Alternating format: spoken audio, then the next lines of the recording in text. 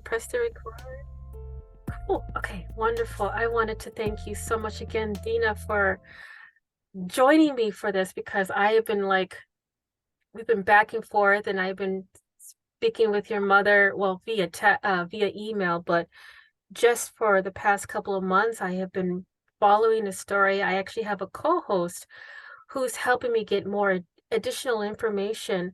We're trying to create a case file because we both work for a crowdsourcing cold case community called uncovered.com.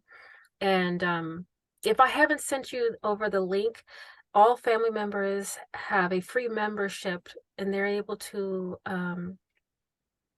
create their own case file. And I can provide more additional information. I'm sorry, I think I told you I ramble, but I just wanted to also share that with you. But I wanted to thank you first off, Tina.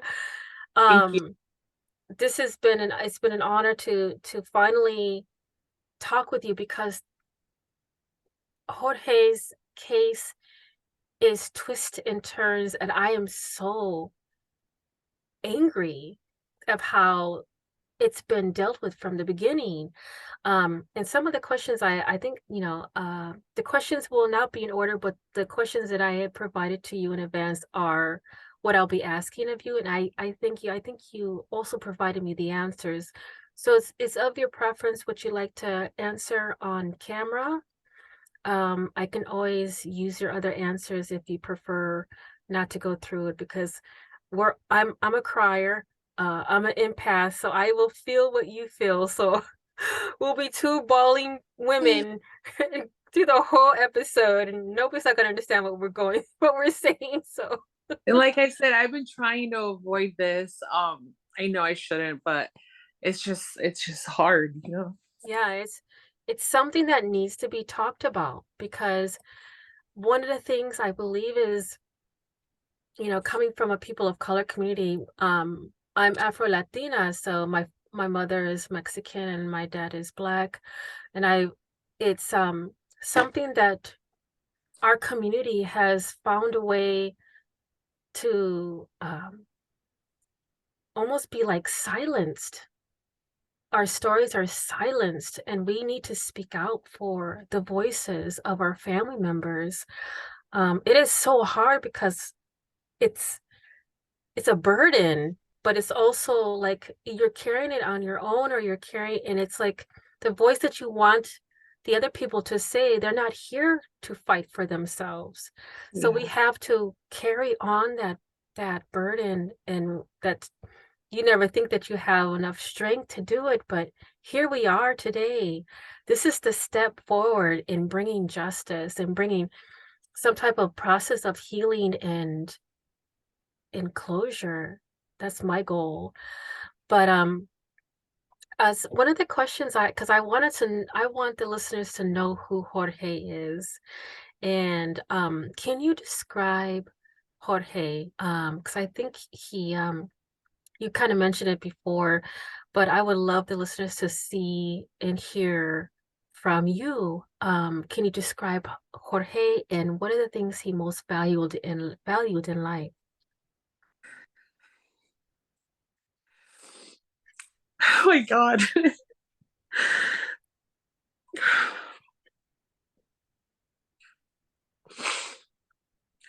He was just amazing. I mean, I know once people die, everybody says, "Oh, they all these good things about him," and it's hard to say anything bad about him because he was just joy. Like he had this smile that just like went from ear to ear. I mean, he was just so gorgeous, so handsome, and he had these long, long eyelashes. And my brother was never like he was never angry. He was never mad. Like he just had this patience to him. And I mean, regardless of the things that he used to do and get in trouble and all that, it's like you couldn't stay mad at him. You could never stay mad at him because he just had this energy that his smile just made you forget whatever he just did to you. And as siblings growing up, obviously, we had our ups and downs. We would fight, we would make up and all that stuff. And I felt especially close to him because I was the oldest of my mom's kids.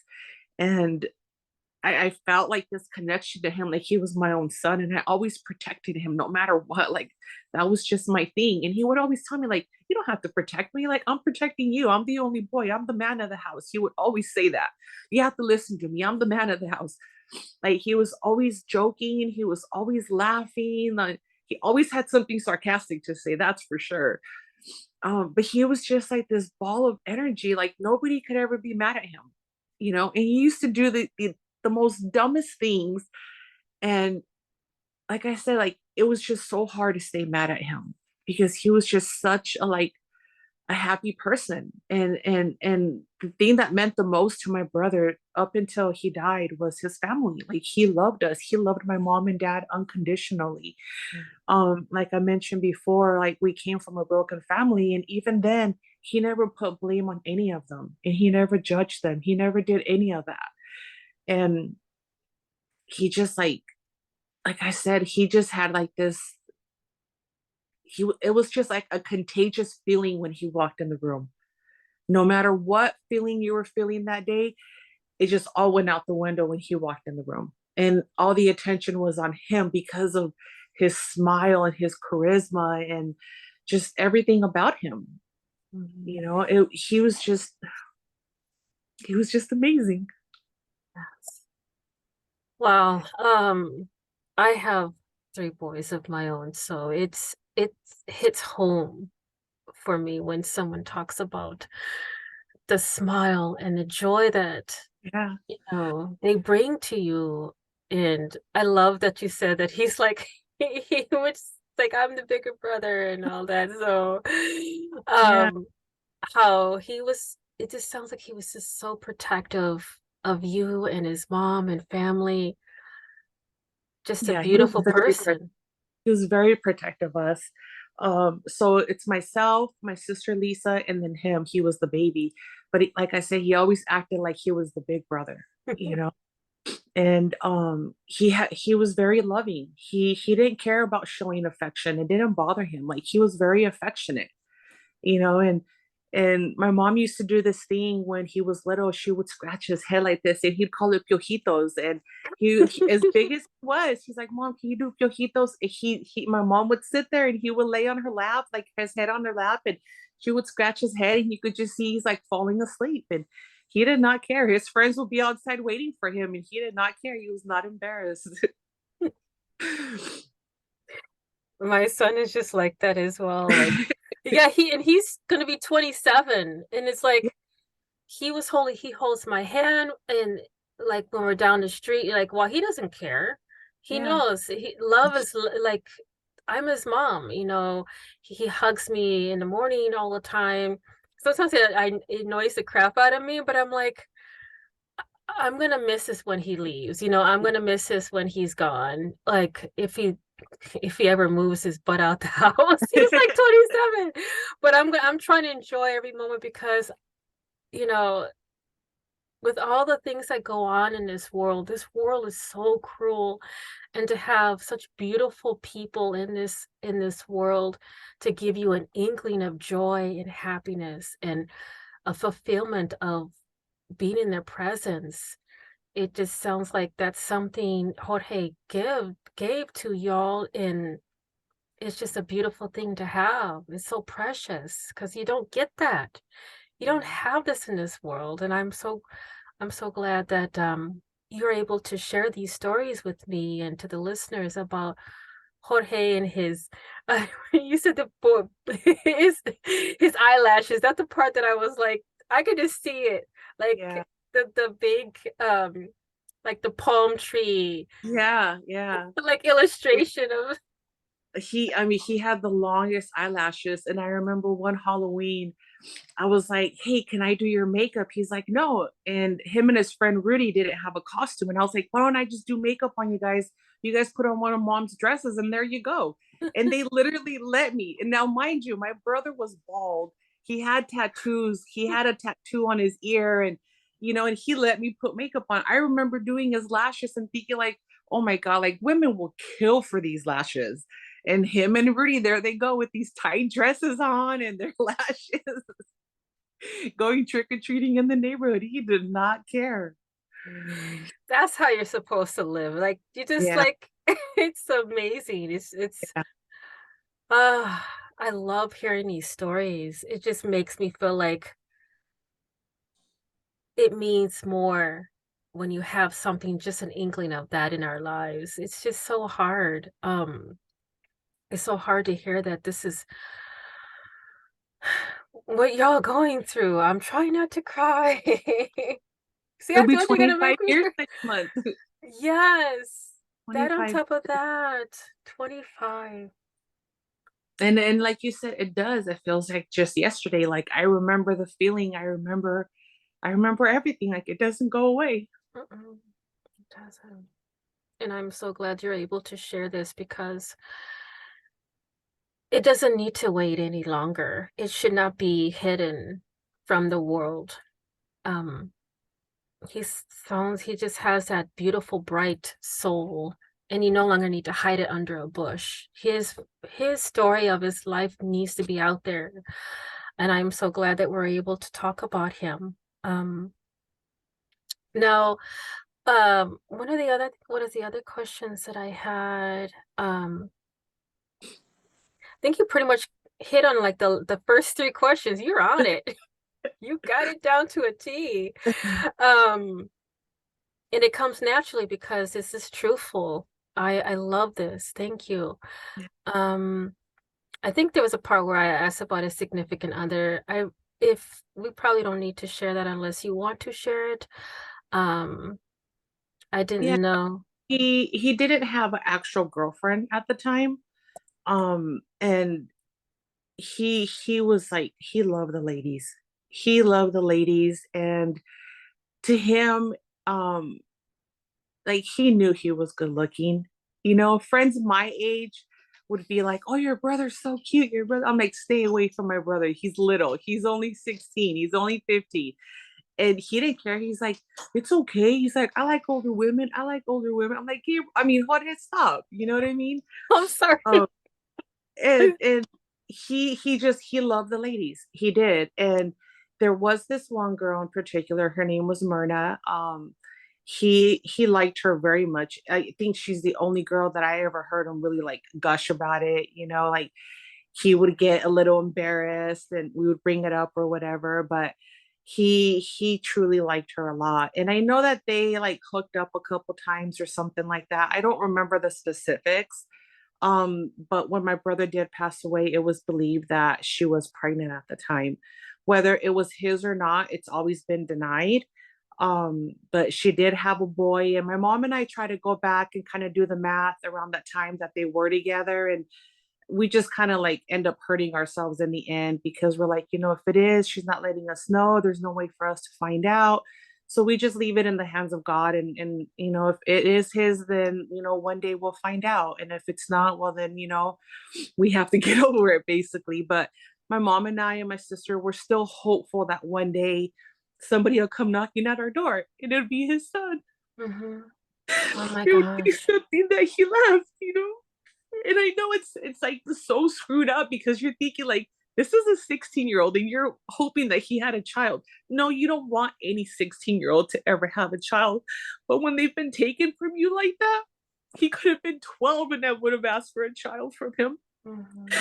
because it's like you have nothing left. Right. And Oh my it's gosh. just hard. It's just hard. But that was his thing back then, was like he didn't have an actual relationship, but we know that he truly cared about her. And we're just hopeful that if it is, then we'll get that knock on the door one day. um but to say that he actually had a girlfriend, he did not have a girlfriend at the time. It'll be quite interesting how everything comes to light Yeah, yeah, eventually, and if it is, oh my gosh. yeah. And let me tell you, at Yes. 16, he had so many girls at his service. We were like, what the heck would he have time? How did he know all these girls? And obviously, he didn't he didn't hook up with all of them. But like I said, girls loved him. women loved him. Like he just, like I say, he had this charisma. He just had this thing, and that smile and those eyes, and he was tall and thin, and yeah, he was definitely a ladies' man for sure. Yeah, they say tall, dark, and handsome, you Yeah, know? yeah, dark hair, dark eyes, and yeah, that was him He was a catch. for That's for sure. sure, for sure. Wow, thank you for sharing that. And I wanted to I was gonna ask you, but I think it's pretty obvious if someone is actually listening to our conversation on the podcast. I wanted to ask, how are you holding up? It's extremely obvious that you are still going through the process, like I mentioned before, you still feel like it was just happened yesterday. It hurts. It It hurts doesn't go deeply. away. It doesn't go away at all. It doesn't matter how long it's been. Like on my phone, I literally have a picture of him on my screensaver. There has not been a day that goes by that I don't think about him. And I know people say, how? How do you keep somebody in mind every day? Like that's impossible. It's very possible. It's very possible. And and sometimes like I know that I personally have not mourned for him because in the back of my head, I'm always thinking, I'm going to see him. He's not around. You know, he was going through some legal issues. And then back of my head, I just think, nope, he's in jail. I'm going to see him again one day. And that's how I dealt with it for so long. And that's why I kind of like avoided, setting this up and doing that because I wake up every morning and I tell myself I got to put that fake smile on my face and go on about my day, regardless of what I'm going through. And that's my everyday life. And this is very much one of those things that I have to fake my smile. And every now and then I break down and I go through his letters and I go through his pictures and I go through his album. I just actually looked at the album the other day and I break down. And I know that I need that every once in a while. But honestly, in the back of my head, I don't believe that he's gone. Like, it's hard for me to believe that because I don't want to believe that, especially him being so young. He was only 16. Like, his life didn't even start yet. When my mom and I got his belongings from the detective, or actually we picked him up at the morgue, um, he had his ID, he had his school ID, he had his birth certificate and his social security card with him. And the reason he had all that with him and carried it because he was looking for a job and he thought he needed all those proofs of whatever he needed to get a job. And I remember thinking like, why were you carrying all this stuff with you? You know what I mean? But he was just a baby still. He was a baby. He didn't have his first job yet. You know, so for me, it's hard for me to accept that he's gone. And I know it's affected my mental health because I know that I need to come to terms with the fact that he is gone. And maybe the one day once we get justice, I will. Until then, I hold on and I don't want to let go. Right, exactly. Yeah, there's so many levels of the grieving process and the acceptance process and the closure and it's not said in an actual manual. It's based on you, the closeness that you've had with him. No one can tell you, well, why are you still on it? Why are you still thinking this way? No one should rush anyone in their grieving process. No one should say, well, get over it. I think that's the most Yeah. cruelest thing. Like you have no decency, no respect for this family. I mean, I I wish someone would say something like that to me. I have a very short temper and I will put them in their place. And then that's just to me, everyone has their own level at their own pace of what is considered right for them at that moment. And I believe that taking this step, even though it's extremely, extremely emotional and hard to do, I think this is the step that you and your mom needed to finally have some type of, at least an inkling of being close enough to say, there is in front of us, there is some type of justice, there is something being done, that we can move on to the next process and move on to the next process. And I hope that while I'm still here on Earth, that I will be able to see this as well, because that's my goal. Me Uh, too. um, and I thank you so much for opening your heart to me about this. Um, a lot of the stuff that your mother Marie had provided to me, it's so gut-wrenching. And the documents that she had sent over to me, I just feel like I want to scream, because it's so frustrating how from the moment it's like they dropped the ball, and you could see so much disarray and disorganization, how they almost like they wanted to automatically close the case and just put a label on it and put a statistic that, oh, this is person, is from the Hispanic or Latina community, wrong, wrong place, wrong time. Oh, well, that's, to me, that's BS. They should have I will never. never, I will never forget that night that everything happened. The detective was questioning everybody, and I remember being in the car. He turned the heater on because it was raining that night, and he was asking me questions, and I answered all the questions. And he turned to me and said, he's like, well, that's one less Mexican off the street. And I remember I was just so upset because I'm like, my brother was just more than just one Mexican. My brother was a whole community. He's a whole race. And that's what you say? Like, I just remember thinking, like, are you fucking kidding me? Like, did he just really say that? It's appalling. And I've always kept that in my head. And I remember the feeling. I remember feeling nauseous. I remember feeling like I wish I could just take this guy's gun and shoot him with it, because how can you say something like that? Right, exactly. Oh my God. Yeah. I they would have to pry me off of him. I would have been on him. Yeah. I don't Yeah. care if he was law enforcement or not. I would like Yeah. And you. I just remember that feeling of just anger and just kind of like Oh, nauseous at the same time. Like, am I just going to throw up in this man's car because of what he just said? And I still have to keep my composure because I don't want to go to jail. mm, And it just I'll never forget that. I will never forget that. And that plays in my head so much. mm. Just to have that as one of the last words that comes out of someone's mouth, that you would believe that would Yeah. be a person who would be in his position to serve and Yeah. protect the community, to give you these are not words of encouragement. That was literally a spit Yeah. in my face. Yeah. Family just lost somebody. Like, oh my, okay. I'm gonna go ballistic. It's amazing, and I'm extremely appalled of how they treat the Hispanic community.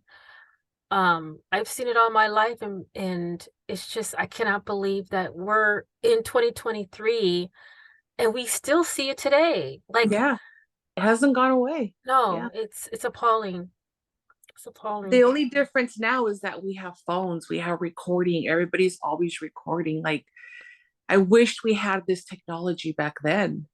I wish we had that for these circumstances, you know? Mhm, exactly. Uh, okay. I'm sorry, I have to keep myself composed because I wanna start speaking in different languages. I know I realized I cussed. I'm sorry. What is it? I'm sorry. I said I cussed. I'm sorry. I realized No, that I said a cuss word. no, I was cursing on the other. I was throwing MF bombs and BITCH bombs. Yeah, I said, I'm sorry, I'm gonna be negrita right now, but I'm gonna cut it out. I'm gonna cut this part out, but I'm gonna tell you my 2 cents about how you were treated. Like, Yeah. I went off, and she was like, "Yeah, you know what I'm saying." I'm like, "Yes, I know what you're going." Believe me, I would be on them like white on rice, Yeah. with these law enforcement, because it's horrifying how families have to go through this. Like, you grieve, you can never get to that next level because you're still in the process of, well, but how you were treated in the beginning. You can't get over that hurdle of anguish and just disrespect and how you have not been treated. It's just, oh, it's beyond. But I think we passed the 10 mark.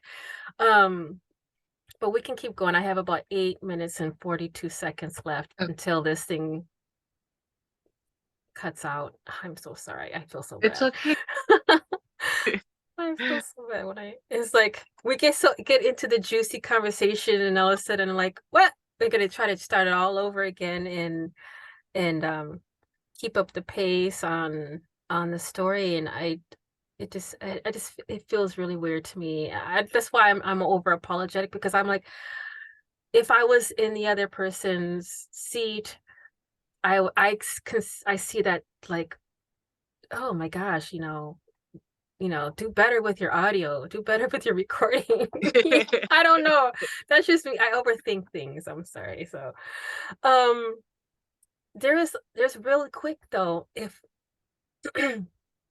for this part of our clip, do you have any funny stories about times you've spent together? And you mentioned it, but I would love to hear it from for the other listeners to hear about this story about you and Jorge and other incidents. um, Funny stories. I mean, there's so many, and some of them are so bad. Uh, he had this habit of, since he was the man of the house, of getting my sister and I to do everything for him. And when we didn't listen, and it just so happened every time he had to go poop, he'd chase us around the house with poop on toilet paper to make us do whatever he wanted us to do. And that was the thing. Like, he'd be standing there. He's like, "Don't make me wipe this on you. Make me this, or do this for me, or do that for me." And that's how he would get us to do the things that we didn't want to do. And I hated when he would do that. Um, oh, the other funny story, the main one that like stands out, is we used to go to Mexico, to Ensenada, for a summer. And he used to, because he spoke English and Spanish, he would go and help get the tourists, to do boat rides and stuff like that on the pier. And my mom knew everybody there at the pier and all that stuff. And she used to work at one of the taco stands there. So we would go every morning with her there and spend the whole day there and either help out or do whatever. My brother had this thing to go to the pier and help out with the tourists. Well, there was a seal that always hung out at the tourist area right there on the pier. And he was kind of aggressive. And I remember my brother, he fell in the water trying to get a tourist on one of the boats. And there was like the rope that's holding the boat and the onto the pier. And my brother was holding onto that to dear life. And he was like screaming, "Help me, help me." And then he's like, "Auxilio, ayúdame." And it was just so funny because I turned around and I'm like laughing. He's like, "Help me, help me." So one of the guys grabbed him by his arm and pulled him out of the water. And I'm looking, he looked at me and I'm laughing at him. And he's like, "That's me. You ain't even help me. You ain't even help me." I'm like, "When did you learn that word in Spanish?" He's like, "I don't know. I didn't even know I knew that word in Spanish." It was just the most funniest thing ever, because who knew? I mean, that's kind of a hard word. And yeah, he was just screaming. And I'm like, "Why were you screaming like that? You sound like a little bee." And he's like, "Gosh," he's like, "You try to get bit by a seal. You try to get bit by a seal." And the seal was nowhere near there at the time, but he was just like terrified of that. And I remember we gave him shit for so long after that. That's like one of the main funny stories about him. But he was a character. He was always doing stuff to make us laugh. He was always, he would always tell us the stupid joke is, "What do you call cheese that's not yours?" We're like, "We know, Jorge, nacho cheese." He's like, "No, nacho cheese." This big old smile. But he would always, stupid jokes or pranks. Like, he was always doing something. That kid was always into something, doing something, saying something. Um, but those are like some of the main funny stories and memories that I've held on to, and I've cherished those like the most. But we used to go every Sunday with my dad. He would take us, on a cruise around the coast. We used to live in California. We lived in Wilmington and Carson. and we lived right on PCH, which is Pacific Coast Highway. And every Sunday, never failed, we would always, take a cruise, and we'd end up at one of the beaches, and we just hang out on the beach. And I would always bury him. We would always bury him. And we always try to go deeper and deeper. Every time we try to go deeper and deeper. And I remember one time, I guess we did it a little too deep, because when we put the sand on him, and like I would pack it in, he's like, okay, I can't breathe, I can't breathe. And we were trying to like dig him out, and it was taking forever. And he kept saying, when I get out of this, I'm gonna kick your butt. And I'm like, well, then I'm just gonna leave you. And I would just walk away. Dina, get over here, Dad. Like he would start screaming. But yeah, like we had fun. Obviously, we would fight all the time. We would always, my sister Lisa always had money. For some reason, she always held on to her allowance. So every time the ice cream man would come, we'd be like, hey, can you buy us something? She'd be like, no, no. We're like, we're going to jump you out of the family then if you don't get us anything. Or we would lock her out of the house, or we would do so many mean things to her all the time in order for her to give us stuff or to buy us something. So I'm sure if you ever spoke to her, she would probably tell you one of those stories. Oh my gosh, he sounds like you guys had a blast. Yeah, yeah. Oh As my much as we gosh. fought, we had as much fun with it. It was never the thing where we held a grudge against each other at all. We never went to bed mad. We had to share a room at one point. We all shared a room. We all slept on the same bed. And maybe that's probably why we were so close as kids. As adults, after my brother passed away, it all changed. But as kids, we were really, really close. Yeah. And that's how their childhood should be. Hmm. Like, there's so many rivalries and so many things that siblings go through, Yeah, and it just like puts a wedge in between their relationship. But it is so awesome that you were able to have that bonding, and not that many people have the opportunity of doing that. And I'm so glad that you were able to have that, because that's precious. yeah. That is so precious. But I love those stories. I'm just like I'm spelling ear to ear in regards to hearing those stories, because I sadly I didn't have the opportunity of having siblings. So I am the only child. Um but it's like I've always wanted a bigger brother or a sister.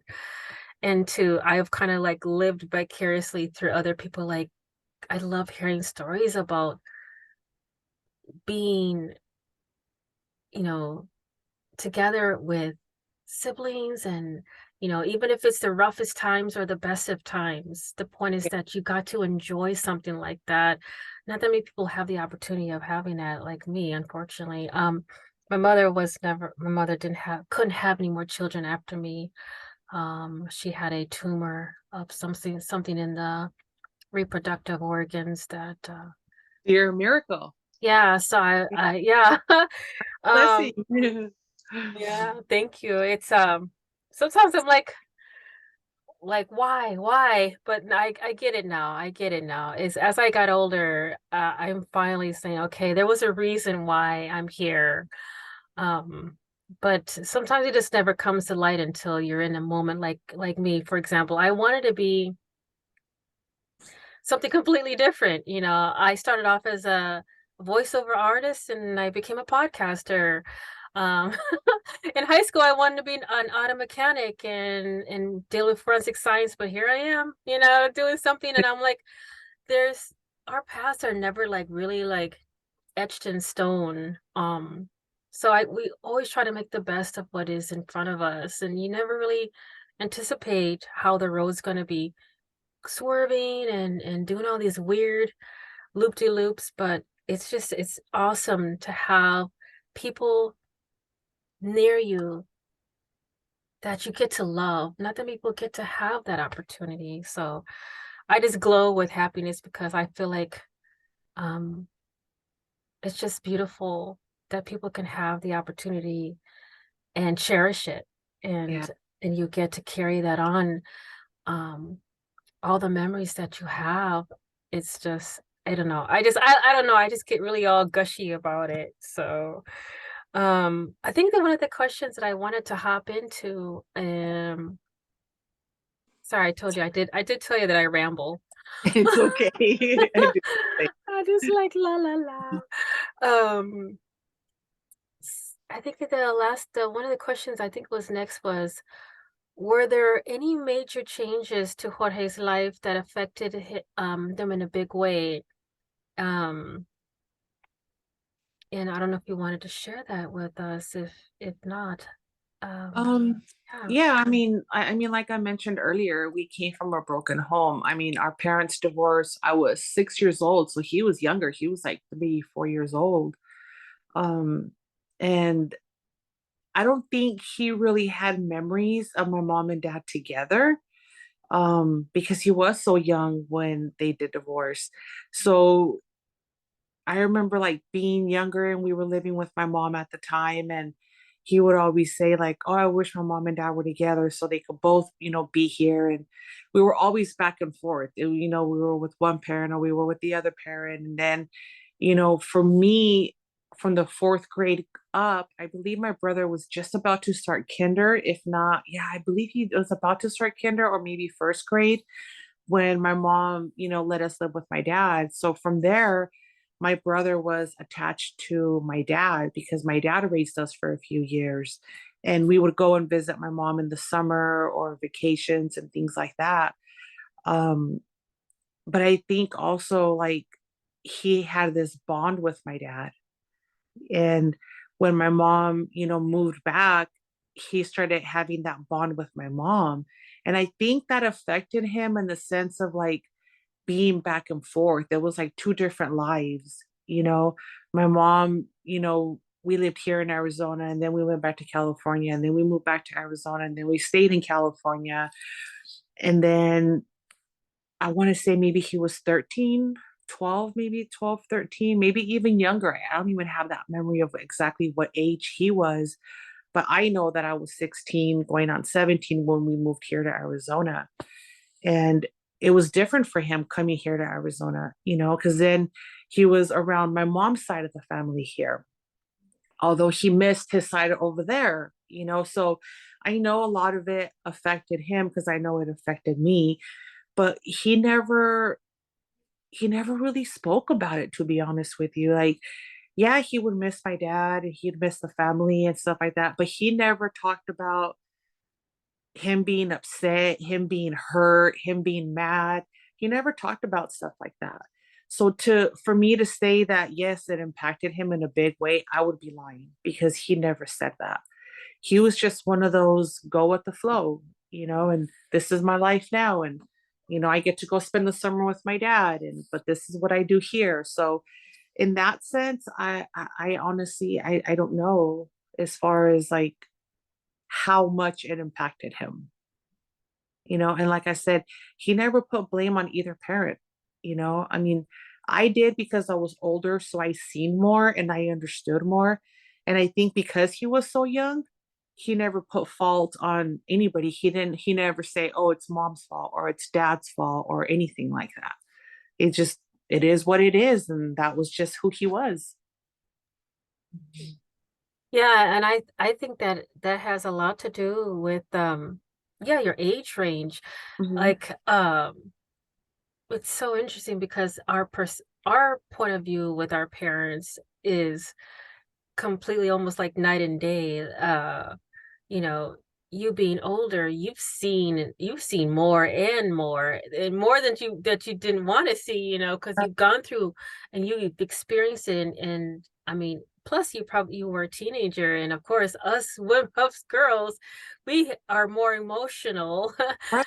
Yeah, because we're becoming a woman and we're going through the whole process like it's completely different. And I've noticed And, that with boys are completely different too. I'm sorry, and go like ahead. and like I also like I've learned through the years that everybody has their point of view of how they grew up. Hmm. So, like, I always talk about our childhood, how amazing it was and how great it was. And even though my mom was out of the picture for a while, we enjoyed being with my dad and my sister helping them raise us. Like, I just have nothing but good memories. But at the same time, we had bad memories. My dad was an alcoholic. We lived with that. Um, my sister, my older sister from my dad's first marriage, she helped my dad raise us. We lived in a small home. We were poor. We literally we would get our clothes from the swap meet, if not from the Goodwill, and people look at that, like my sister looks at it differently. Like she's like, oh, we had a bad childhood, we had this, we did that, we and I'm thinking like, I thought it was amazing. I thought it was great. Like there's nothing on my childhood that I would ever change. Nothing at all. She sees it from a different point of view. Mhm. And I think through the eyes of my brother, because he was just so nonchalant and just, it is what it is. And like I said, he rarely ever got mad. I think the only time I could say my brother got mad was when I took his can of starch away because he couldn't iron his clothes. You know what I mean? So like for him, I just think, he did not care. Like to him, it was like, this is life and that's it. You take what you take and that's just how it is. He did not complain about it. But I have learned that everybody has their own perspective on their upbringing or what they're going through. Everybody has their own lenses, their own eyes that they see things differently than you. Oh, for sure. When I was when I was younger, I hated my mother, I hated breathing, I hated waking up, I hated going to bed, I hated what I was wearing because even though my mother was a single parent home, we would go to the Goodwill, we go to like Salvation Army, and I'm like, why are we buying all these clothes? And she would only buy those clothes for me, and I'm like, what makes you better to go to Lauren Bryant for your clothes, but I get hand-me-downs. Like, but now I understand it now because I was like, why are you treating me this way? Why are you being so cruel to me? Why are you giving me this and not giving me that? And it's like I didn't complain about it, but I was just like, I just had so much animosity and resent against how she treated me. And I'm like, why are you doing this? But now I understand it. Um, yeah, like you said, their perspective is completely Yeah. different. I love it now. Actually, I love going to antiques and I love Yeah. rummage sales and I love all that because now I'm like, I love that stuff. Like you will not see me going to like the big malls and down the big celebrity strip. I'm walking down to neighborhoods strolling for the best rummage sale, the best Yeah. antique shop, you know? Yeah. We don't see it, we see it in a different perspective. I completely get it. Absolutely. That is so true. Um yeah, I'm not this I love when people say, "You're a spoiled brat. You were the only child." I'm like, "Screw that. I wish I was spoiled, but no, Yeah. I probably wouldn't see things. I would see things completely different. I would have been more blind by the struggles of reality of life. Yeah. So it's so interesting. Yeah, that's so true. Thank you for sharing that. Yeah, and sorry to I keep babbling. There you go. Um, but let's see. I think there's one question I wanted to ask, but I know this is going to be a tearjerker for me, especially where we both, if we can virtual hug each other right now. Mhm. Um, but if you knew if Jorge could drop by and visit tomorrow, that's the one I didn't want to say because we're all gonna cry right now. What would be your ideal day spent together? What would that look like? I would probably be dead. I'd probably die of a heart attack. Hmm. Um, I would definitely have his carne asada burrito ready. Um, I don't know why he would do this. And we used to say, oh, it's because he has ADD. That was just, us being cruel or whatever. But he loved cereal. It didn't matter what kind of cereal, as long as it was a sugary cereal, he had to pour himself the biggest bowl we had in the house. I don't know why, but I just remember walking in, he's sitting in the living room, he's got this bowl, like holding it with his arm, like he's hugging it, and he's just like slurping and slurping. I look, he's looking up and milk's dripping on the side of his mouth, and I'm like, "God, you're so ADD." But he loved his cereal and carne asada burrito. Like he loved my mom's cooking regardless. He was never like, oh, I don't want to eat that, or I don't want to eat that. I think he was picky to a certain extent, but I think my mom just cooked around the pickiness, because I can't say that he would tell my mom, oh, I don't want that because it has this and it or that in it. And maybe my mom can, shed more light on that part. But as long as he had that carne asada burrito, he was happy. Oh my God, he was like the happiest person in the world. Um, so I would honestly say that I would have that ready for him. I would have his bowls of cereal ready for him. Um, Obviously just like hug and kiss him like endlessly. I'd probably like never want to let go. I would want to relive the moments of going to church on Sundays as kids with my dad, and my dad giving us allowance, and then we're all packing in the van. Like we all packed up in this van that my dad had, and it had like 5 seats in there, like 5 rows of seats or so. It's like a huge van.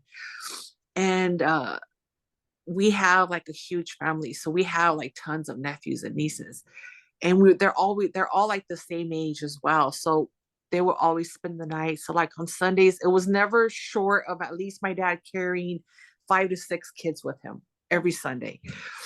And we would start our morning with going to church, and then after church we would go for the cruise. We'd stop at Tommy's Burgers, which is a spot in California, and they're like all over Southern California. They're called Tommy's Burgers, and or Tom's Number One. And we would stop there and get burgers and fries, and they had the best fries. My brother would be so bad because he would want our leftover fries that we didn't eat, because they would put the seasoning on it, and he would just lick the seasoning off and just throw the fries back. And I remember my dad went to go grab it. He's like, why are these fries all wet? And we all pointed out my brother because he like licked all the seasoning off of it. um but we would definitely go down PCH memory lane. We would end up either in Santa Monica or Malibu, or Venice, and just play in the sand. We never built sandcastles. He tried, but the sand was too soft and he hated it. But I would say probably, bury him again. Oh my God, that's ugly to say, right? Bury him again if you were. No, I wouldn't bury him again. But yeah, I would say, try to relive those memories, and just be together. And hopefully if he were to stop by, my dad would stop by with him, because my dad passed away as well in 2015. And I know that my losing my brother killed my dad, and he never said he wanted to die, but I know that my dad was ready to die because he wanted to be with my brother. He missed my brother tremendously, tremendously. And I would say, if my brother did stop by, we would do all that. you know I'd make sure that all of his nephews and nieces were with him as well, and that he got to meet his great nephews and nieces, and got to see the whole family. And I feel like for me, with my kids and my sister's kids, we've always talked about my brother. Like my kids who never met him still call him Tío Jorge, and the memories that I talk about, they feel like they knew him. you know when we go to the cemetery and they see me cry, they cry too, because they feel that they knew him. They feel like, as much as we talk about him, as much as we keep his memory alive and the pictures we have everywhere, and my son resembles him a lot, and they feel that connection. My son was, I think, 3 years old when he passed away, and my son was very close to him. So I know that my brother would be happy to see him. He'd be happy to see him, and he'd probably be like, do you still remember I taught you to flip people off? I remember walking in on my brother, and I'm like, what are you doing? He's like, oh, I'm just showing him to flip people off. I'm like, why? He's like, because why not? So yeah, I think, I definitely make sure that, we were all together again. What a great deal. Like Yeah, you gotta right. teach him all the curse words 101. Like, And to call people putos. yes, Yeah, right? You pendeja, yeah. the whole thing, right? Oh yeah, he was the best uncle for that. And Oh, honestly, he was really a good uncle. He was very playful with the two nephews at the time. It was just my son Gabriel and my nephew Anthony, my sister's son, not including the older nephews and nieces from my dad's first marriage. Um, but just for my sister and I, the two nephews that he was really close to, that he lived with when he lived with us, um, or them two, and he was very attentive to them. He loved them to pieces. You know, he was always playing with them and wrestling with them and teaching them bad words. And he taught my son, you know, I was trying to potty train him, and he would teach him to go pee outside on the side of the house. And I would catch Gabriel. What are you doing? I'm just going to pee. You go in the bathroom. No, my Theo pees outside, so I want to pee outside. That kind of stuff. What is that with boys? Like Yeah. like what was it? My eldest, he if you I don't know if you've ever seen the old cartoon called Bebe's Kids. Yeah. Yeah. Okay, that was my son. He would always pull off his diaper and he would run around the room like doing this over his head, and he would go outside. He's like, I'm free. And I'm like, okay, I know you came into the world like that, but we're not going Yeah. to show and display the whole neighborhood. Yeah. Your he would do that. He would go outside and be like, like just shaking in the breeze, like, boy, I wish I had that confidence right now.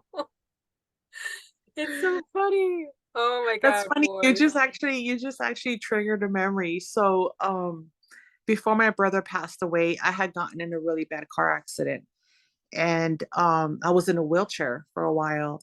And my brother, he taught my son to hide my wheelchair for me so that way I wouldn't spank him. And then one time I remember like looking for my wheelchair because I had to go to the bathroom, and my cousin Sergio was with him at the time. And they came back. They went to the store on my wheelchair, which the Oh my store was God. like down the street. And it was funny because when they came back and my cousin Sergio was trying to tell us the story, and he was just laughing so hard. And I'm like, what happened? So the story was that they were, you know, going to the store, and he was pushing my brother in the wheelchair. And when they were going off of the sidewalk into the street, into the crosswalk, it got stuck like on the street part, like on the cement. So my brother like kind of like flew off of it, and he stood up and he's like, I'm healed. I'm healed. It's a miracle. It's a miracle. I'm like, are you serious? Like, what the hell? That's the kind of stuff my brother would do. Oh, I'm like, dude, really? Like, you really needed to take my wheelchair to the damn store? Like, you're that lazy you want to go in the oh. wheelchair? And he taught himself to do tricks on that wheelchair. And he's like, look what I could do. He was always doing stuff like that. Like Papa Willie, look at me. Yes. He would pop a willy. He would always fall. Like, oh my God. He was bad. He was bad when it came to stuff like that. That is so wrong. I'm Yeah. healed. Like, dude, Yeah. like which It's a church did you miracle. which And my cousin congregation did you Sergio, he was laughing so hard he couldn't even tell the story. That my brother was the one that kind of like interjecting here and there, trying to tell the story too, because it was just freaking comedy with him all the time. Oh my God. I'm crying with like Yeah. this is hilarious. So maybe I get in a wheelchair to see, hey, do you still know the tricks? You know what I mean? Want to go for a spin? Yeah, definitely. Yeah. No, if I could see my brother again, like, you know, it's kind of funny because I dream about him a lot.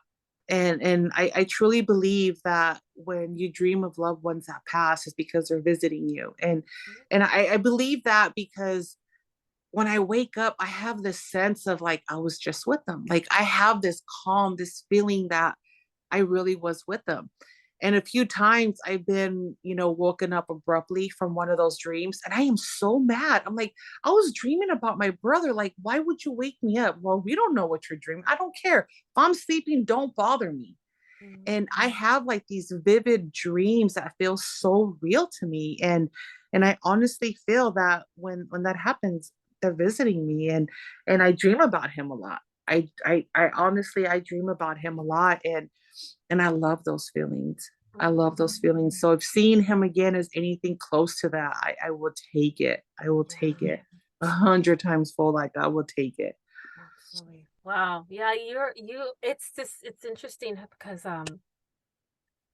You are probably like the third person that I've spoken to who's had the experience of their loved one having some type of contact, Hmm.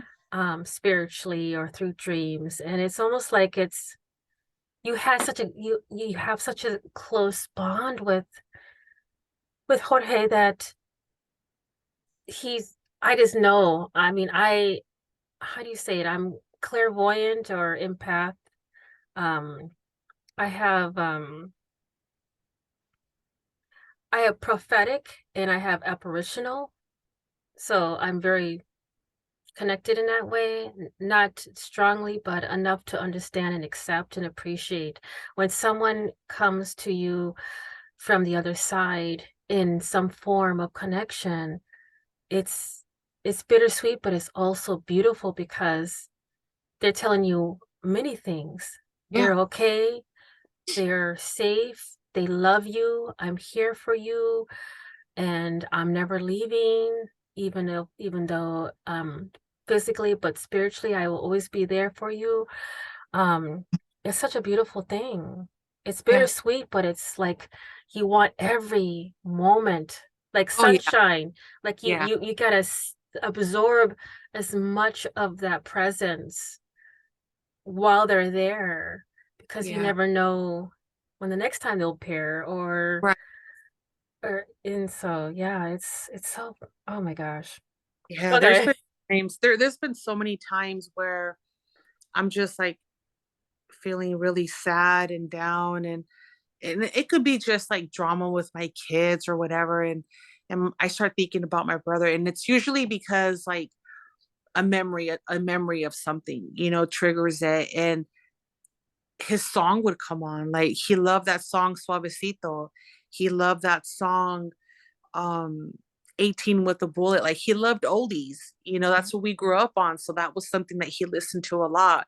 He listened to some rap and all that, and it never fails. Like I'll turn on the radio and that song will come on. And So interesting. I know that, I mean, somebody listening to this will probably be like, yeah, right, that's bullshit, whatever. But No, I it's kid you true. not, I kid you not, every time I have a dream about him, when I turn on my vehicle, the first song that comes on the radio is Suavecito. No lie. Mm. No lie. And for me, that's confirmation. That's Hmm. confirmation because it's like I feel it's so real. It's so real to me. And I feel like that's confirmation. That's all I need. That's all I need. I know you're with me. I know he's sitting right here with me right now, telling me it's going to be okay. That one day we are going to get justice. And I truly believe that. And I think part of me, I know it's kind of shitty for me to say that. Like, I kind of put this in the back of my head because it's like, once we get, I should say, justice, like, am I going to forget about him? Am I going to stop crying? Like, I'm scared of that. I'm scared of um, what it's going to feel like once we get closure. I'm scared. I'm extremely scared. And of course, I want closure. Of course, I want justice for my brother. He didn't have to die the way he did. He didn't have to die so young. Things didn't have to happen the way they did, you Hmm. know? And I just feel like it's like you said, bittersweet, It's Hmm. bittersweet. Yeah, and I think that you're you'll still have the same emotions, but instead of the tears of sorrow and grief, it'll be tears of joy and relief and and thankfulness that um there is justice. There is some type of closeness to the end of w- his case being resolved in the proper ethical way. Um, and I wanted to kind of jump into that as well. I thank you so much for sharing this because it just feels like I'm walking right alongside you, just watching just all this unravel. And it's to me, it's so beautiful. And I really appreciate you opening it up to me on these questions about Jorge and his life. Um, and I would love to also talk about what had happened. And I know that's going to be another, not sure how many minutes I have left on here, but I would love to hit on the if there's any updates in the news that you haven't shared with the media, because I know that your mother has shared a plethora of information that she had gone through for many years. First, they identified that it was inflicted upon himself and how his life ended. To the point, like just recently, what, 10 years ago, they reopened it saying that it was actually a homicide. I mean, I'm blown out of the water, and how I just want to say, what the fuck just happened here? And why is this family going through this road of hardship to find out that it was blown out of the water, that they made these accusations from the get-go, and now you had to go through another process of the open wound again, and this whole case about what had happened. And I don't know if you wanted to share that, because I think a lot of the people who might be listening are not familiar with Jorge's story and what had happened that night, or what happened coming up to that night of his passing, and how it happened. So that night was February 17th. And at the time I was with my boyfriend at the time because we weren't married yet, and my best friend. She had picked me up to go spend the night at her house. And this is after I had a car accident. So at this time, I was actually walking with crutches. I was trying to, learn from like get off of the wheelchair and depend more on crutches. So we ended up going to my friend's house to spend the night that night. And I remember my brother coming out to the car, to the truck, and he's putting his arms on the windowsill and he's like, "Can I go with you guys?" And I was like, "No, because then you're going to be bored and you're going to want us to bring you back and it's raining and it's cold. Just stay home." And he's like, "Come on, I won't." I'm like, "No, Jorge, just stay home, you know?" And which is one of my biggest regrets in life. Um, we ended up leaving that night and we had my son with us. And my mom can shed light as to, how everything happened, up until the time I got there. But it's my understanding that he he told my mom that he was going to go to my cousin Sergio's house, which lived 2 blocks away. And he went walking over there. And this was at night, I want to say, after 10 o'clock, maybe. And from what my cousin Sergio told us that night is that he went over there, he wanted to hang out, but my cousin Sergio had his girlfriend over, and he didn't want to go anywhere. So then my brother walked back home, but he walked home the opposite way, which was a long way. And I guess prior or after my brother had already walked over there to my cousin Sergio's house, some of his so-called friends had come over to our house looking for him. And my brother-in-law, my sister's boyfriend, who lived with us as well, his name is Anthony. We call him Flaco. He told them, "Oh no, he took off to Sergio's house." And then after that, my understanding is that one of them, I don't know which one, came to the door and knocked on the door and told my brother-in-law, Carson got shot, which is what my brother's nickname. Jorge was his nickname, Carson. And he was like, "What do you mean?" He's like, "Yeah, he got shot. He's over there across the street," which is like an old abandoned house, and he was under the carport. And so then he grabbed my mom or whatever, and they ran across the street, and my mom was holding my brother, and she's the one that closed his eyes. So it was my sister-in-law who called me, which was Flaco's sister, Valerie, called me at my friend Gina's house and said, "You got to get home. You got to get home. Carson got shot. Carson got shot." And it was so eerie because this happened around the whole thing when I got the phone call was like around 1 o'clock in the morning. And we were watching a movie in the living room, and my son Gabriel was asleep on the couch. And before I got the phone call, my son had fallen off the couch while he was asleep. He rolled over, fell off the couch, And he got up and he says, I want my Tio Jorge. I want my Tio Jorge. And I was like, just go back to bed. You know, you'll see him tomorrow. And he fell back asleep. Minutes, I want to say just minutes after that happened, that's when we get the phone call. And my friend looked at me and I remember her looking at me like, who's going to be calling me this late at night? Like, that's weird. So she got up and answered the phone in the kitchen and she's like she had this look on her face and she's like, Dina, it's for you.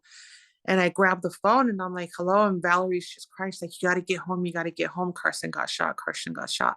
And I was like, what? No, don't say that. Don't say that.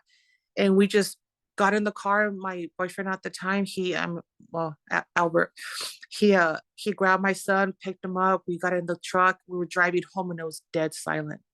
And it felt like the longest ride home. And we weren't even that far, but it felt like the longest ride home. It was dead silent. And I remember Albert putting his hand on my shoulder. I was sitting in the front seat and he's like, he's going to be okay. He's going to be okay. And I said, my brother's gone. I already feel it. My brother's gone. He's like, don't say that. Don't say that. So when we get there, there's already yellow tape everywhere. So we had to literally park like halfway down our street. And I'm trying to walk as fast as I could with these crutches. And it's raining and it's cold. And I'm not even say detective. The police stopped me and they're like, you can't cross. I said, what do you mean I can't cross? That's my brother. That's my brother. I kept like pointing with the crutches, like, that's my brother. That's my brother. They're like, we can't let you cross. I said, yes, you can. And I remember like pushing. And I remember I almost fell over because I lost my balance. And I remember my legs just being so weak. And I just remember them like trying to hold me up. And they're like, we can't let you pass. I say, yes, you can. That's my brother. That's my brother. And I could see from a distance, they just had my brother laying out there. Yeah, I just remember it was so cold and they just had a sheet over him. I was just so upset. I was like, it's cold, it's raining. Like, why do you have my brother there? Like, cover him up. That's all I could think about was like, cover him, he's cold.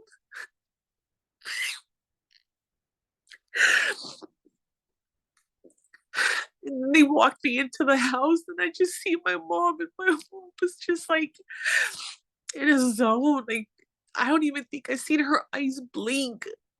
And I just remember just sitting on the couch, just crying and just crying. And the police are in and out and they're asking questions. And I remember seeing my cousin sitting on the counter and he's like, he was just there at the house. I should have hung out with him. And then we started talking. I'm like, I should have just took him with us. I should have just took him with us. This would have never happened to him. I said, he just wanted to hang out with somebody. He didn't want to be home. And then that's when they started interviewing all of us. And I remember calling my sister in California and I said, where's dad? And she's like, oh, he's asleep. So you gotta wake him up. You guys gotta get here. Oh, when I was killed. And I just remember her screaming. And then my dad was just screaming. And I had never, ever heard my dad scream or cry like that. It's like it literally just happened because I could hear him. And I just remember dropping the phone. And I just remember like wanting to throw up. Like it was like this feeling like I just wanted to throw up. Like it was just a nightmare. Like I just wanted to throw up and just wake up and just shake my head like this isn't real. This isn't real. Like my brother's not gone. He's not gone.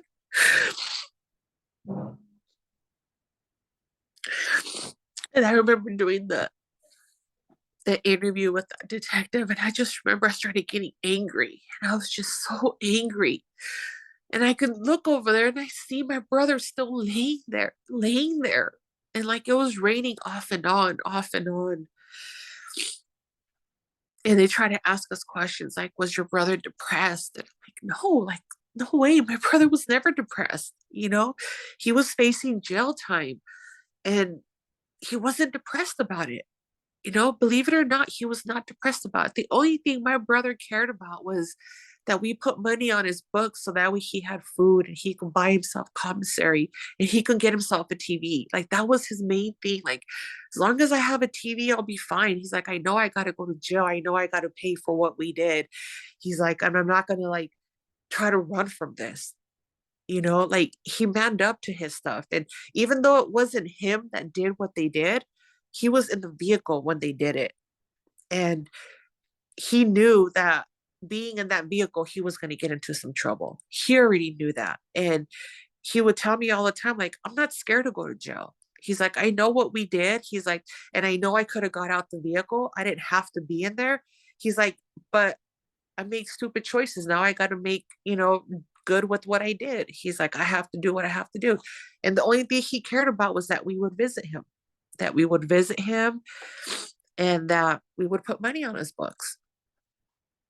And the detective tried to say, like, oh, your brother was depressed. He killed himself. I said, no, what the fuck? Like, my brother would never kill himself, ever. Like, why would you even say that? Oh, it's because, this is a story we got and all this stuff. I'm like, you're saying basically that he killed himself, but yet the weapon you guys found across the street in our yard, how was that possible? How was that possible? Did he shoot himself and then stumble across the street and then die right there? But yet you're saying it was a clean shot through the heart? How was Mm, that possible? Like, I'm not a medical examiner, but I think I have enough sense to know. And then the gun that you guys found, it wasn't even a gun. It was a gun. It was a sawed-off shotgun. mm, They found in our yard in a puddle of water, which we lived catty corner from the house where he was found. mm. And in my head, I'm thinking, like, how is that possible? If my brother was so sad and depressed, what, like, if he did kill himself, like, it just didn't make sense. It just didn't make sense at all. Yeah, Like, that was no. one of the things that I was like, my mind was like, what the fuck? When they said, they that was the thing about it. It was like they identified that Jorge was it was self-inflicted. I'm like, oh, so he decided to like you said, it's true. Oh, so he decided to dump the gun over here and then like pretend like he just made a did this to himself that was literally um in like almost instantaneous of that he passed away because I Yeah, mean it was inflicted to his heart. That's instantaneous. So he had enough time to not to put the gun somewhere else, not have a trickle of blood in the process of it, and then right, lie down across the street. right, That makes sense. right, No, yeah, right. I'm being sarcastic, but I'm like, Yeah, how the yeah. fuck did the With the bullet hole in that ceiling of the carport, you know? But yeah, yet he did that across the street, went up to our house, dropped it in the grass, and then went back over there and lay down. Like, yeah. literally. Yeah, I'm I'm like, being sarcastic. Like, yeah, yeah, that makes so much sense. Like, what were they thinking? Like, yeah, they were yeah. trying to throw it under the rug, And they did. and And they pretty much got away with it. they accomplished that. And it's just heartbreaking because Mm, I mean, I'm so mad. he died instantly. He died instantly. And if he killed himself, then why were his knees dirty? Why was his knees bruised? Why were his pants like dirty on his knees? Right. Why were his shoes full of mud? My brother, if you met him, I kid you not, he was the most, like, he was so, how can I say, he was so particular with his clothes. Like, his clothes, like, I kid you not, when I say starch, I mean, this boy loved his starch. His pants would literally stand up on their own because he ironed and used so much starch. If his pants weren't creased and his shirts weren't white or black and crisp, his shoes were always immaculate. My brother never had dirty shoes. My brother was like the cleanest 16-year-old in the world. And he Mhm. wasn't always like that up until the age of like 14, 15, and 16. When he started noticing the ladies, that's when he became the way he became. He became Rico Suave with his clothes. Like, he always had cologne on. He always smelled good. Like, he'd brush his teeth like 2, 3 times a day. Like, he was very meticulous with the way he looked. And when we got his stuff back and my mom and I opened that bag and we saw the pants, I already knew. I was like, no way, that's not my brother. His shoes are muddy. My brother never would walk in mud, ever. Like he would rather take off his shoes and socks and roll up his pants and walk through the mud than go in the mud with his shoes. And we knew, like, we already knew, like, they're not going to do anything about it. They're just not. It's one less Mexican off the street. That's what it is. You know, you can't get more of a Mexican name than Jorge Andres Luna. You know what I mean? Mhm. And so I just remember thinking, like, how are they going to give a mother a death certificate that says suicide on it without doing a full investigation? And I just remember my mom just like crying and crying and crying and thinking that, she failed him. It was her fault that he did this. Mm. And my mom always knew deep inside that he never killed himself. He would never do that. Regardless of my brother was facing 20 years in prison, you know, he just did not have that character at all. At all. Mm. He didn't have that in him. And he just, yeah, you just have that feeling, your people around you. A mother knows their child, Mhm. you know? Exactly. And yes, I understand that people commit suicide every day, but my brother didn't. I Mhm. know that for a fact. I would put my life on the line. I know that for a fact. My brother would never commit suicide, ever. He loved himself too much. He loved himself too much to ever do that. He loved us so much that he would never do that. My brother never a day in his life ever spoke about death. Ever. He never spoke about being sad. He never spoke about, feeling a certain way. None of that. None of that. And let's just say hypothetically he did. Let's just say hypothetically he did kill himself. How do you explain that though? Mhm. How do you explain the weapon that he killed himself with across the street with no fingerprints of his on it? Explain that one. Exactly. I Exactly. challenge them. Please tell me, how come there's no fingerprints of my brother's on that gun that you say he killed himself and put it over there? Did the rain wash it away? Is that what you're trying to tell me? You're literally trying to tell me that the rain washed away his fingerprints? Yeah, I'm like, that's come on, it's 1998. It's not 1960.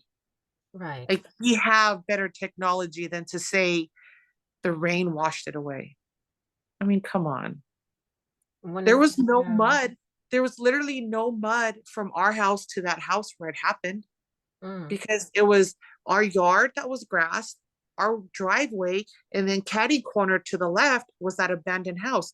There was no mud there. It was all concrete. Mm. So our thoughts and beliefs are that this group of people who supposedly were his friends found him walking back from my cousin Sergio's house, and they got into an altercation behind that abandoned house. Mm. And my brother's hands were like, his knuckles were bloody. So clearly, my brother got into some kind of fight with one of them, you know, and there was, like mud back there. So did he kill himself back there and then go put the gun over there and then lay down right there? Like, you know what I mean? So, like I said, our thoughts, and we told the investigators time and time again, like, it's this group of people. This is who they are. This is their names. And they had beef because of the stuff that my brother was going to jail for. Because my brother didn't want to be a snitch and say anything. And they wanted him to snitch because one of the people that were also involved in that was one of their family members who had supposedly nothing to do with the situation. But my brother didn't want to come forward and say, no, it wasn't him. My brother's like, that's none of my business. I'm just doing what I need to do because I was involved in that. So I'm handling my shit like a man. and I'm not involving anybody else. So then our thoughts are that they went over there, they saw him, they picked him up, they went to this house, they went in the backyard, they got into a fight, and maybe my brother tried to run or something, and that's where they shot him in the front. And then they got scared, or I don't know what they did, but one of them is the one that decided to run to our house and tell my brother-in-law, knock on the door or bang on the door and tell him, hey, Carson got shot across the street, and then be stupid enough to leave a weapon, and I say a weapon because it wasn't the weapon that my brother was shot with in our yard. Whether it fell out of their pocket or jacket or they just threw it there or whatever, it wasn't the weapon that my brother was shot with. Mm. So all this is in the investigation, but yet they consider it a suicide. Like, I Mm. mean, come on. That is crazy. And I believe even your mother even mentioned, what was it, about 10 years ago, that someone actually reached out to her and said that, oh no, it's not identified as a suicide, it's officially a homicide. Is that correct? How, From my understanding, yes. yeah, so how did that, I mean, that blows the top on everything. How did that even happen? This person reached So, out. so fast forward to 10 years after my brother. Well, Wait, actually, fast forward to like a year or two, not a year actually, after my brother passed away. okay. One of his friends, which was an older person my age, who, like I said, like these ladies loved him. He had a few friends. I can't remember her exact name. I want to say her name was Sophia, but they called her Liar. That was her nickname. She was real close to my brother. She was found dead in her apartment Mm, with her best friend Rebecca. And it turned out that the same guy who we believe killed my brother killed her as well. mm, Why? Because she knew that he had killed my brother because she was dating him at the time. And because she knew this information and she was going to go forward and tell somebody, he decided to kill her. And when he killed her, he found this other girl, Rebecca, in the bathroom hiding because she was scared, and he decided to kill her too. So mm, my understanding from what I remember is that this girl, Rebecca, she has a parent who is either a politician or is involved in the police some way, somehow. I can't remember exactly. But I can also get details. I could ask another friend who knew her. Um, and I guess they were investigating everything. So then fast forward to like 8 years after that, there was a thing on the news where they were doing like a silent witness thing again, saying, does anybody know anything about this information? And they put up the pictures of Sophia and Rebecca and all the stuff. And I guess people started coming forward. mm. And then that's how it became. So apparently my brother wasn't the only person that he killed. He also killed them. And then the people that knew my brother, that were involved and knew what was happening, they didn't want to talk. All of a sudden they're radio silent because now they have families. Now they have families. They don't want to get involved. They don't want anything to happen to them, but yet they don't want to talk either. So that's where we're at. And that's where it's been at. So then, when this investigation started, like I said, my brother and those two murders are not the only ones. Apparently, he had done more, and they were kind of like connecting the dots. And the detective that was on the case just so happened to be from the same small town my mom was from. Interesting. Wow. And so since then, nothing's happened because supposedly at the time, they still didn't have enough evidence to get this guy. Mm, So fast forward to now, which will be 25 years on February 18th that my brother's passed away, we still have nothing. mm, We still have nothing. It's considered a cold case. Um, and that's where it's at. mm, We don't know if this person is still alive or dead. We know that one of the guys that was with him that went to the door and knocked on the door or banged on the door and told my brother-in-law, hey, Carson got shot across the street. He's dead now. Mysteriously, he's dead. he got shot as well. So, I mean, come on. Yeah, I apologize. I didn't know where to start the conversation, but I didn't want to, and I apologize because I didn't know. All I knew from what Marie had identified is that just recently, or 10 years ago, from around this time, that she got this call of information about the change of the case. Mhm. So I did not know anything about the in between. Yeah, Wow, yeah.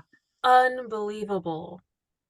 My head is spinning on like, yeah, that's insane. Oh my God. I am so, But I'm yet so they ruled it sorry. as suicide. I mean, Yeah. seriously, seriously. Like, they have no idea what they did to my mom. They have no idea what they did to my dad. With that piece of paper, you know, I think it would have been better for my parents to just leave it as a like an unsolved murder. But to say suicide, like, no way. No way. Hmm, hmm. No way. Yeah. And Oh then with God. all those things happening after, that only gives you more confirmation that my brother didn't kill himself. Right. You More, know? more fuel to the fire. Exactly. I am so sorry that y'all went through this. I And still cannot, going through this. and still to this day. Now, is there anything else that you'd like to share? Like, for example, I can provide additional information in the show notes, like, for example, like the silent witness contact information or anything else that you'd like me to share. If there is like a petition out there, if there's a GoFundMe out there, anything that you'd like me to share with the listeners in the show notes that's underneath the episode. I know I have all the pictures and the information. I want to thank Marie for providing me that because I'm able to collect enough information to create a case for him. That's my goal. And to have this episode, I can actually add this episode of this podcast in the case file to identify that I had spoken with you or additional information if someone's wanting to know the most recent information that has been occurring because not all the documents will provide the details of what Right. you've experienced, what you've gone through, what your mother had to go through all these years. It's a quarter of a century Yeah. has passed. Yeah. And to see it from that perspective, it's justice was due the moment that it happened. You're Yeah. overdue for justice. That's Oh, all yeah. I can see for sure. Um, but I guess in closing, I don't know if there was, I don't want to cut you off, but was there anything else that you'd like to share with me? That you like to let the listeners know what they can do to help or how they can contribute or be part of the. I just know that there's people out there that know what happened. You know, I mean, you don't have to say your name. You don't have to say any of that. Just give the information that you know. Like, they have no idea how much they would be helping. You know, I mean, like I said, it's not going to bring my brother back. It's not. And I don't know what this closure is going to do for us. Um, but I know my brother deserves that. I know he deserves that. He was a good person. He made some wrong choices, but he never hurt anybody in those wrong choices. Um, and my brother knew what the hell he did. He knew the stuff that he did. He knew that he had to like pay for whatever he did. But I don't want anybody thinking that he was this bad person that hurt people because he didn't. He didn't hurt people, and, and he was just a kid. He was a baby still, you know. And I know that he deserves justice. And I just hope that somebody out there knows what happened. And I know there's people out there that know what happened. they can just tell somebody, they can tell you, they can anonymously call. Nobody has to know anything. I mean, if money is what they want, I'm willing to pay some money too. Like, I don't care at this point. Like, I do want justice for my brother. And more so, I want it from my mom. My mom deserves to know that whoever did this to her baby is going to pay for it, and Mm. Yeah, and I thank you. I actually do have a link on my link tree that provides anonymous emails. Like if they have an anonymous tip and they want to be, Joe Schmo yeah, anonymously, they can send that information to me and say, I want to remain anonymous. The whole point is that I want the same thing that any other family has gone through. They just want at least one step closer to closure, one step closer to to coming to at least some type of next step of grieving process, or to find peace, because this family doesn't deserve this. Jorge doesn't deserve this. he didn't. He didn't. And these And people that have information and now have families and don't want to talk, just think about it. What if it was your child? mhm, Wouldn't you want somebody to talk? Wouldn't you want somebody to help out, to give you that peace, to give you that closure? Nobody deserves that. Nobody deserves to die like that. Nobody deserves not to get justice. And that's all I ask is that, think about if it was your child. Think about if it was your brother, your father, you know? He was somebody's son. He was somebody's brother, yeah, somebody's uncle, cousin. exactly. Exactly. Thank you so much, Dina. You, It's been a pleasure. Um, I will stay in contact. If you want me to have you as my main contact, I can also just put both of your emails um when I send anything over. If unless you prefer to be the main contact, I can based on your request. Um, because I know that Marie had pretty much designated you to be the contact person. I know there's so much because I don't know if it's becoming. pressure. Yeah, well, I think probably because you could handle it more than what her process is. I mean, she's been carrying this for so long.